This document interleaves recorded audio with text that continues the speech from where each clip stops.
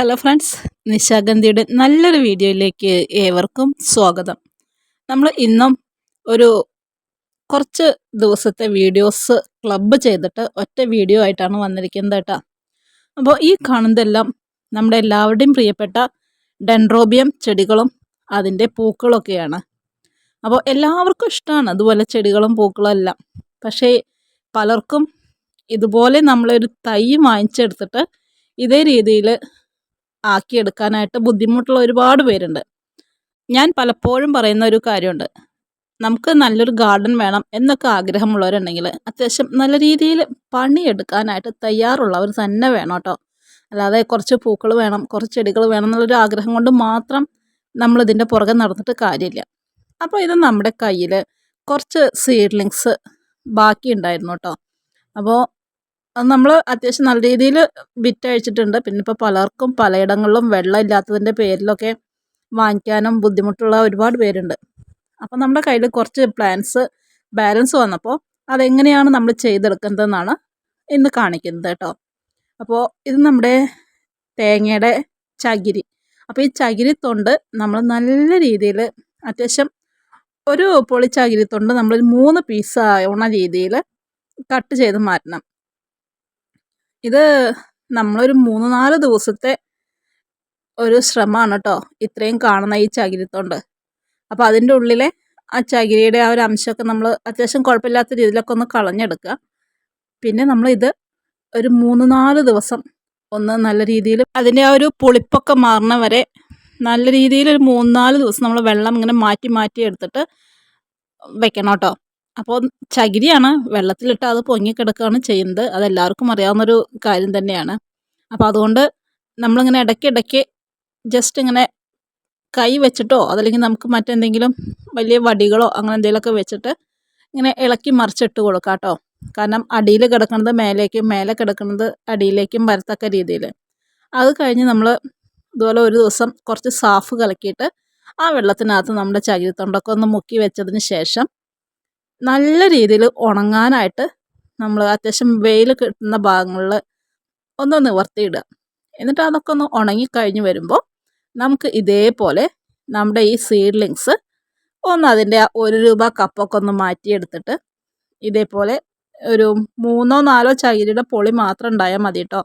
നമുക്ക് ഒരു ചെടീനെ ഇതുപോലെ കവർ ചെയ്തെടുത്തിട്ട് ഒരു ചട്ടിക്കകത്ത് മാറ്റി വയ്ക്കാം. എപ്പോഴും നമുക്ക് ചാർക്കോളൊക്കെ വാങ്ങിച്ചിട്ട് ഡെൻഡ്രോബിയംസ് നട്ട് പിടിപ്പിക്കുന്നത് അത്രയും പോസിബിൾ അല്ല. കാരണം ചാർക്കോളിന് അത്യാവശ്യം നല്ല വിലയുണ്ട്. പിന്നെ അത് ഇത്രയും ഒരുപാട് സീഡ്ലിങ്സ് ഉണ്ടെങ്കിൽ അത് നടക്കില്ല കേട്ടോ. നമ്മുടെ ചെടികളെല്ലാം നല്ല ഹെൽത്തിയാണ് കേട്ടോ. കപ്പിനുള്ളിൽ ഇരിക്കുന്ന ചെറിയ ചെടികളാണെങ്കിലും നമ്മളതിനെ പരിചരിക്കാതിരിക്കാറില്ല കേട്ടോ. 2-3 ദിവസമൊക്കെ കൂടുമ്പോൾ ജൈവവളങ്ങളെല്ലാം നൽകിയിട്ടാണ് നമ്മുടെ ചെടി ഇത്രയും കരുത്തോടെയൊക്കെ ഇരിക്കുന്നത്. അപ്പോൾ ആ ചെടീനെ നമ്മളൊന്നും കൂടി കുറച്ചുകൂടി മെച്ചൂർഡാക്കി എടുക്കാനായിട്ട് ഉള്ള കാര്യങ്ങളാണ് ചെയ്യുന്നത്. അപ്പോൾ അതൊന്ന് നമ്മളെല്ലാവരിലേക്കും ഒരു വീഡിയോ ആക്കിയിട്ട് എത്തിക്കാമെന്ന് കരുതിയിട്ടോ. അപ്പോൾ ചാർക്കോളൊക്കെ വാങ്ങിക്കാൻ ബുദ്ധിമുട്ടുള്ളവരുണ്ടെങ്കിൽ ഇതേപോലെയൊക്കെ ഒന്ന് ചെയ്ത് നോക്കൂ. അപ്പോൾ അതാണ് ഞാൻ ആദ്യമേ പറഞ്ഞത്, അത്യാവശ്യം നല്ല രീതിയിൽ ജോലി ചെയ്യാൻ തയ്യാറായവർ തന്നെ വേണം കേട്ടോ ഇതേപോലെ നമ്മുടെ ഗാർഡനിങ്ങിലേക്ക് ഇറങ്ങിത്തിരിക്കാനായിട്ട്.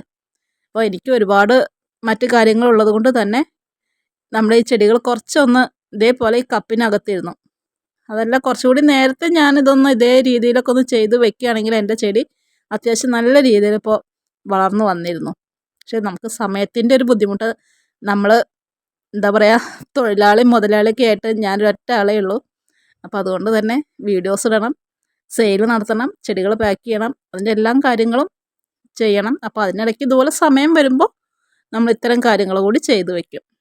നമ്മുടെ കയ്യിൽ ഒരു സീഡ്ലിംഗ് കിട്ടിയിട്ടുണ്ടെങ്കിൽ അത്യാവശ്യം നല്ല രീതിയിൽ നമ്മളതിനെ മെച്ചൂർഡാക്കി എടുക്കാനായിട്ട് ജോലി ചെയ്യേണ്ടതുണ്ട് കേട്ടോ. അപ്പോൾ അങ്ങനെയൊന്നും ചെയ്യാൻ താല്പര്യമില്ലാതെ ജസ്റ്റ് പൂക്കളോട് കൂടുതലുള്ള ചെടികൾ നേരെ വാങ്ങിച്ച് വീട്ടിലിടാനായിട്ട് താല്പര്യമുള്ള ഒരുപാട് പേരുണ്ട്. അപ്പോൾ ഈ ചെടികളെല്ലാം നമ്മൾ ഇതേപോലെ മെച്ചൂർഡാക്കി എടുത്തിട്ട് പൂക്കളൊക്കെ ആയിട്ട് ഇനി സെയിലിന് വരും കേട്ടോ, അധികം വൈകാതെ തന്നെ.